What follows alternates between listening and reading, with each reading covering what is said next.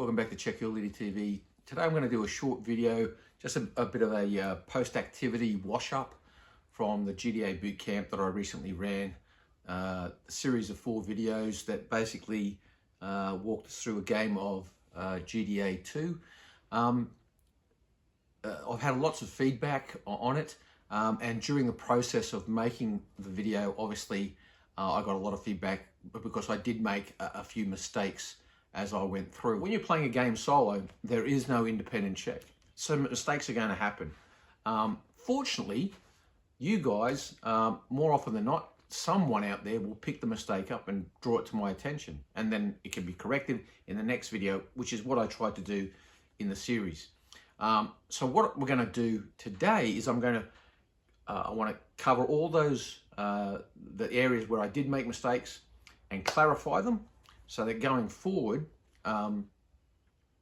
you'll have a better understanding and you won't be under any misconceptions. I'm very passionate about these rules because for me, after many years of wargaming the Napoleonic period, I've never been able to find a set of rules that ticks all the boxes. And finally, we have a set. Now, there are going to be critics of GDA2. There are going to be people who say, I think they suck. And you know what? Fair play. If it's not what ticks your box, and if it's not what you like, or it doesn't gel with your perception of what Napoleonic divisional warfare or even core warfare was about, fine.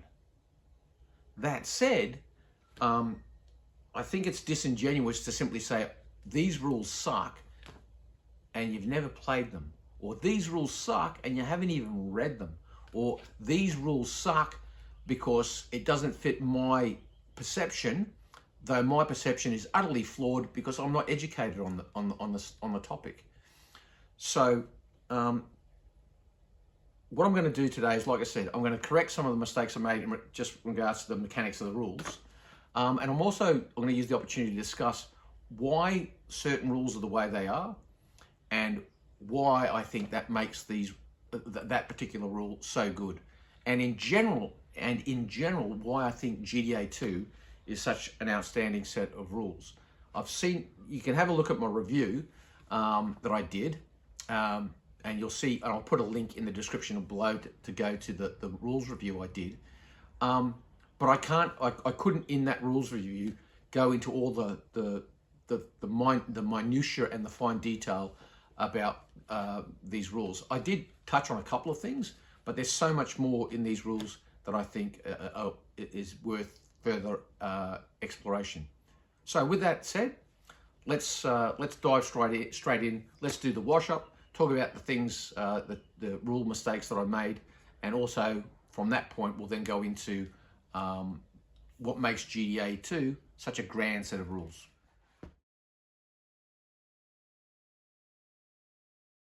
Okay, so the first thing I'm going to correct is the confusion that I might have created in regards to the initiative procedure. In the game I was playing, essentially I was playing a divisional level game. They were large divisions, admittedly, but divisional level all the same. And I also, however, introduced the core level aspects of core orders. Now I did that because I wanted to demonstrate some of the things that the core orders permitted you to do in a game without, having a massive, like a really big battle. On reflection, maybe I would have been better off just playing at divisional level, but like I said, that was my theory behind it. The main thing to consider there is when working out initiative at a divisional level, it's pretty straightforward. You both start with 2 dice, and then you add a dice for every hesitant or faltering brigade that you have, or if you have lost the tactical objective. So if I've got 1 faltering brigade, 1 hesitant brigade, and I've lost the objective, I'm going to be rolling 5 dice, and I'm going to then be using the lower 2 to determine what my initiative score is. For a core level game, it's different, and I'd just direct you to page 18, 3.7, where it talks there about the core initiative procedure. It's slightly different. So that's the first thing I wanted to correct. The other thing I wanted to talk about now is priorities for garrisons when it comes to their shooting.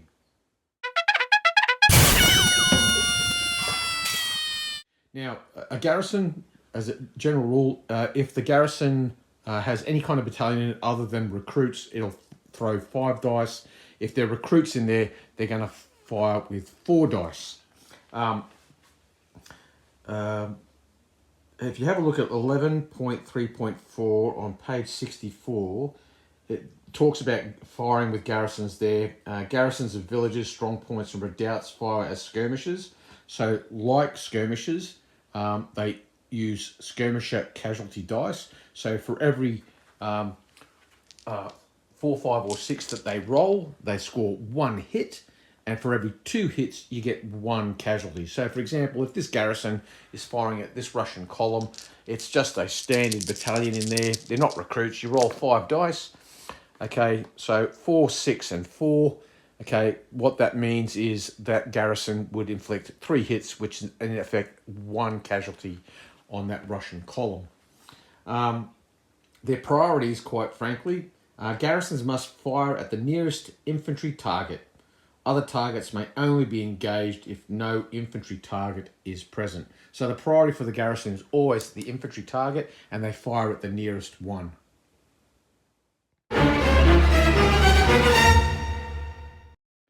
Now let's talk about skirmishing, because this is one of the mistakes I made. It got picked up early on, and I don't know what I was thinking, but basically it comes down to this. The skirmisher tasking.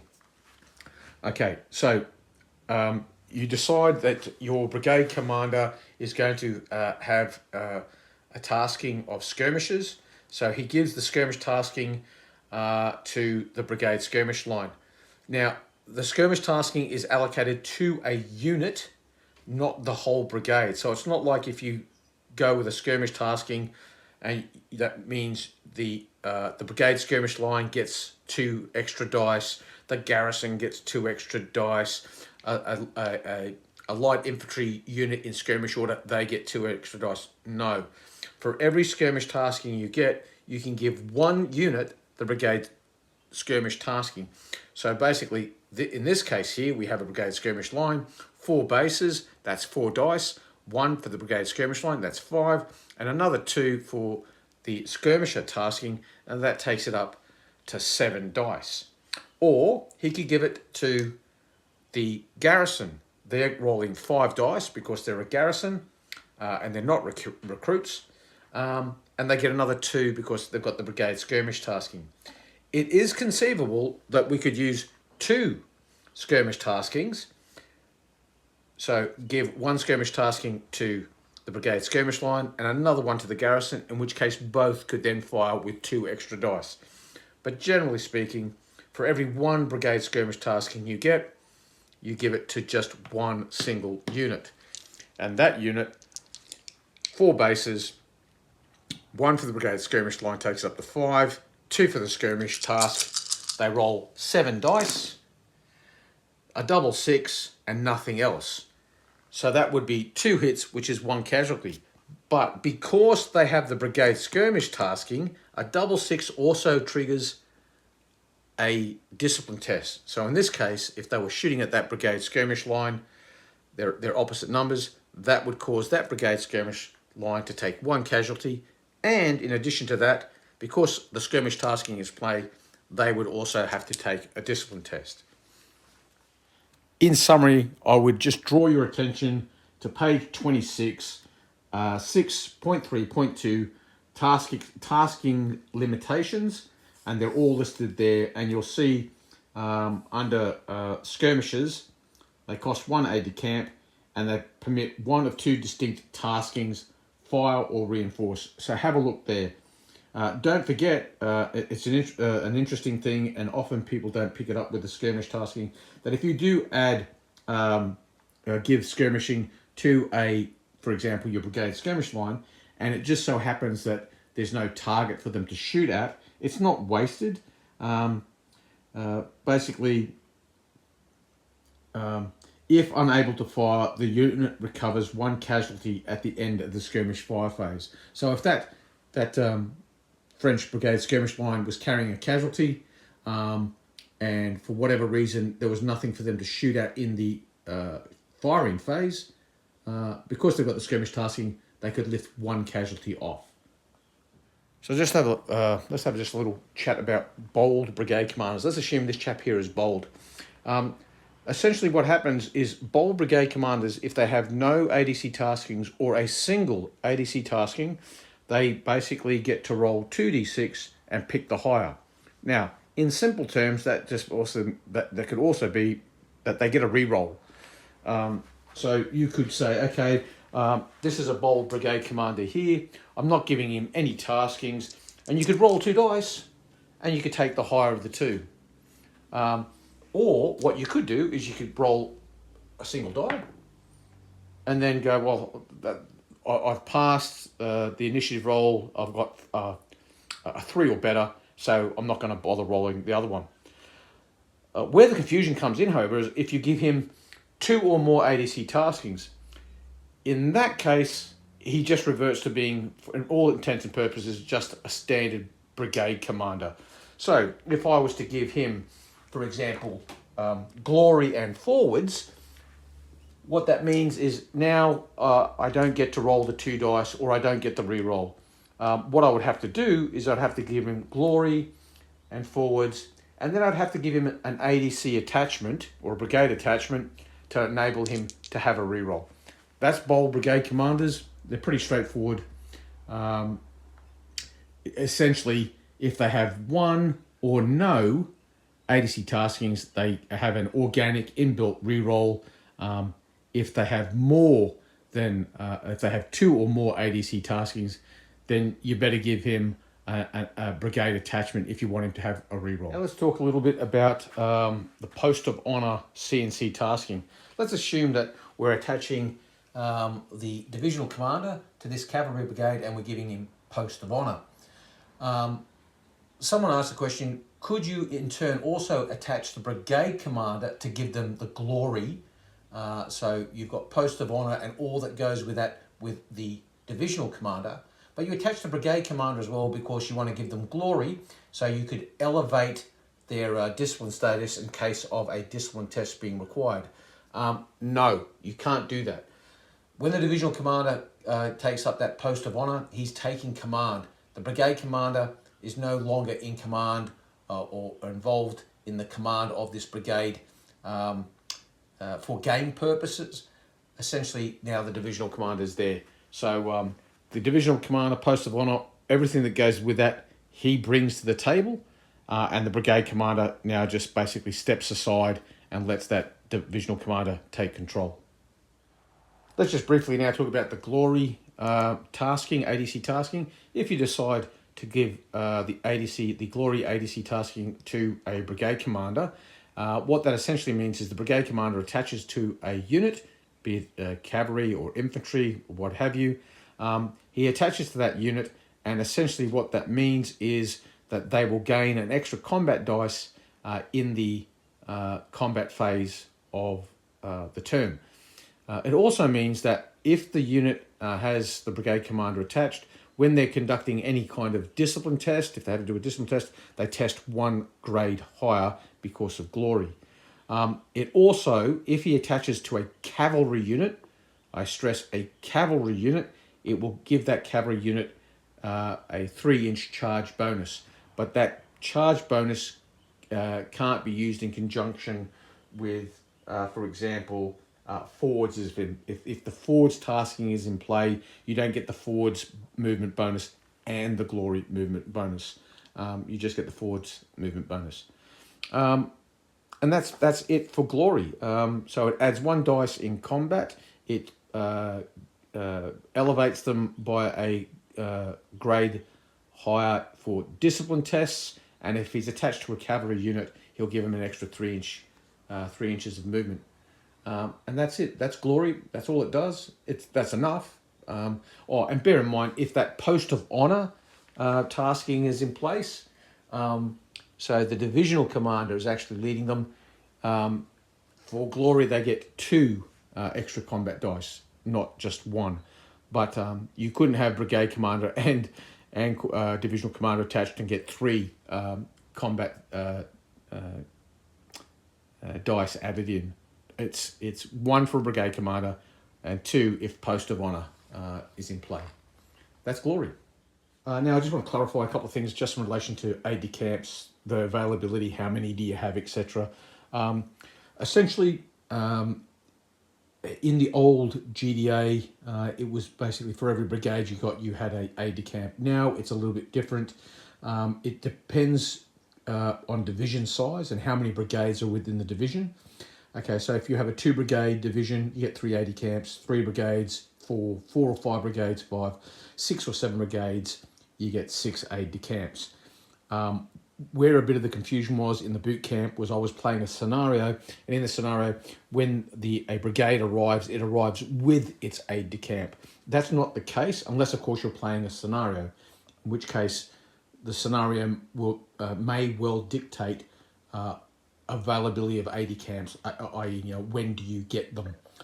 But as a general rule, if you look at page 12 of the divisional battle, chapter 2 of the rules, it tells you how many AD camps you get based on the size of your division and how many brigades are within that division.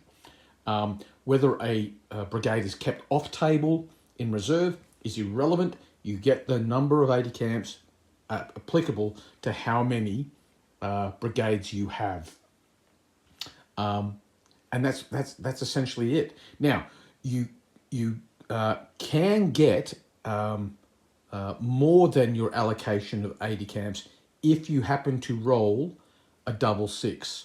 So in the case of you have 6 AD camps available to you, if you were to roll 6 dice and get 6 6s, which would be miraculous, but if it did happen, what that would mean is you would actually have 9 AD camps. You would have 1 for every 6 you roll, and for every double 6 you roll, you would get an additional AD camp. So it is conceivable that you would end up with 9 AD camps. Generally speaking, when I'm playing a game, if I'm playing a game where I've got 4 or 5 brigades, then I know I'm going to have 5 AD camps. But I always make sure that I have 6 handy for that occasional double 6 that I might roll. So that's ADCs, their availability, and how many you get is totally dependent upon how many brigades you have in your division. Now, there was a great question from Get the Lead Out, whoever Get the Lead Out is, thanks for the question, asked me to expand on why there is that redeploy order as one of the ADC taskings. Essentially, it comes down to this. When a division is deployed on the ground, each of the brigades is tied in with its neighbour. So none of the brigades are essentially operating completely independent from its neighbouring brigades. So if I'm on a feature, on a hill, and there's a brigade to my right, I need to let that brigade know, okay, this is how I've deployed. I can cover you, I can cover your left flank up until this point here, but beyond that, you're on your own. Now, if I'm then I'm going to go forward and attack, and I've been in a defensive posture that whole time, I can't just go off and do that. I need to be, first of all, I need to be ordered to do it, because otherwise my divisional commander is going to get a little bit annoyed if I just go wandering off. The other thing is I need to let other brigades know what I'm doing, because that will have an impact on how they conduct the battle from their perspective. So that's what that order is for, is because it requires some kind of command muscle to get things going. I can't just march off. I have to let the brigade beside me know that I'm now going on the offensive, or the divisional commander needs to send AD camps and staff officers down to those brigades to say, hey, the first brigade that's on that feature, they're moving forward. Be prepared to, you might need to be prepared to move forward as well, or you might be prepared to cover any withdrawal that brigade, when it goes forward. There's no 100% guarantee that it ain't going to come tumbling back. So you need to be prepared for that. Don't be surprised if it happens. So that's why that redeploy order is there in the ADC taskings. It's not a matter of just some extra bolted on chrome or something gamey to, you know, make you have to use AD camps. There's an actual reason behind why that tasking is there and why it should be used in the game.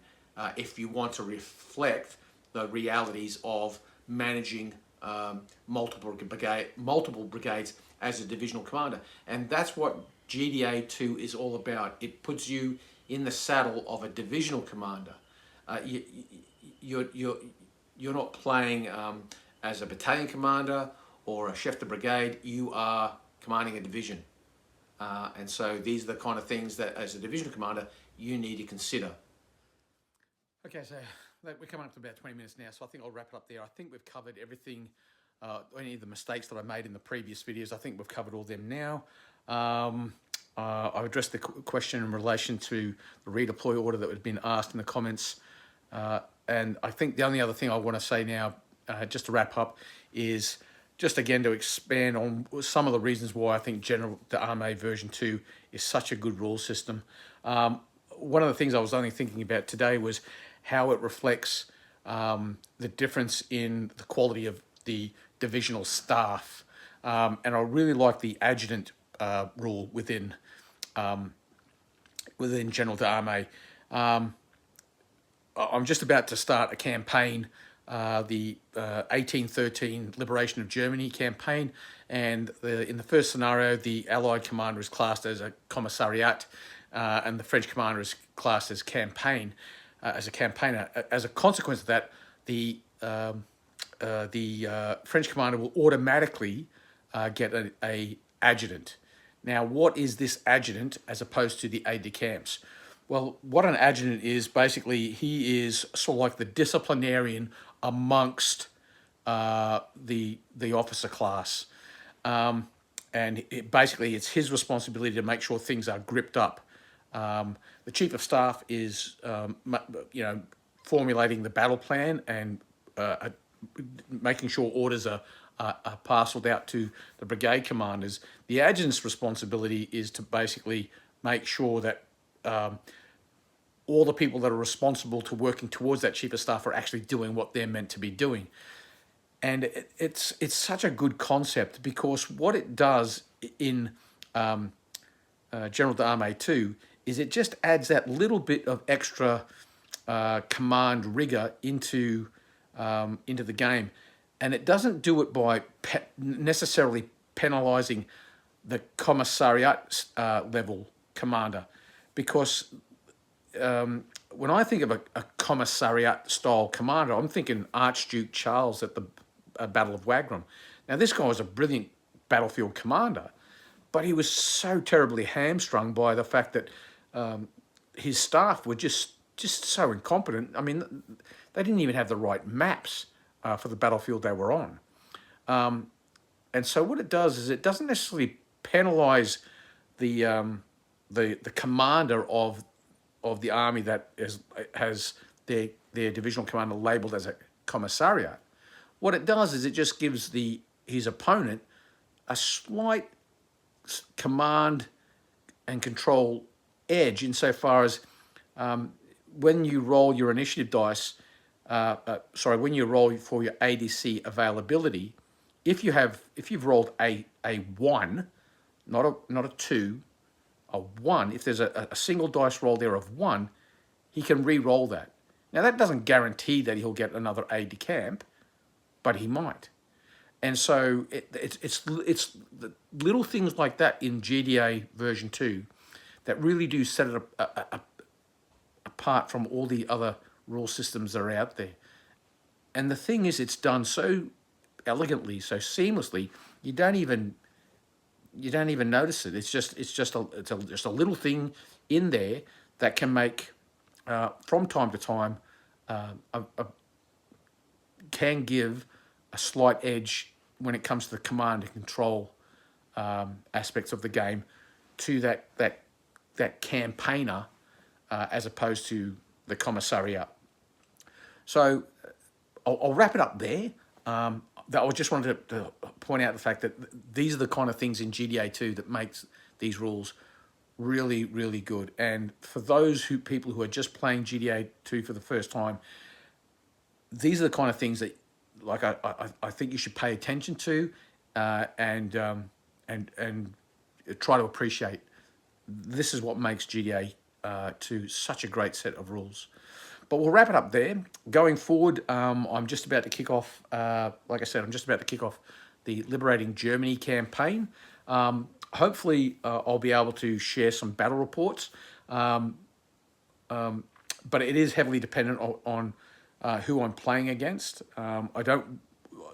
If I'm playing a game with someone, the focus is from my perspective, is to make sure that the game is enjoyable for everyone participating. I like making the videos and I like sharing them, but what it does do is it can slow down the actual gameplay a little, and so if that's an impact that the person I'm playing with doesn't want to have to deal with, then unfortunately I'm not going to be able to do it. I still might be able to get, as a minimum, an abridged battle report in, but it won't be as detailed as you or I might like. But that's it for now. Like I said, I hope you found the bootcamp videos useful. I hope you've found this video useful, and I guess we'll catch you on the next one. That's all for now. And again, finally, I'd just like to thank Battlefield Accessories for sponsoring the series of bootcamp videos. It was really generous of them to step up the plate and offer some giveaways and the like for you, the viewers. So that's it for now. And like I said, I'll catch you on the next one. You be quiet.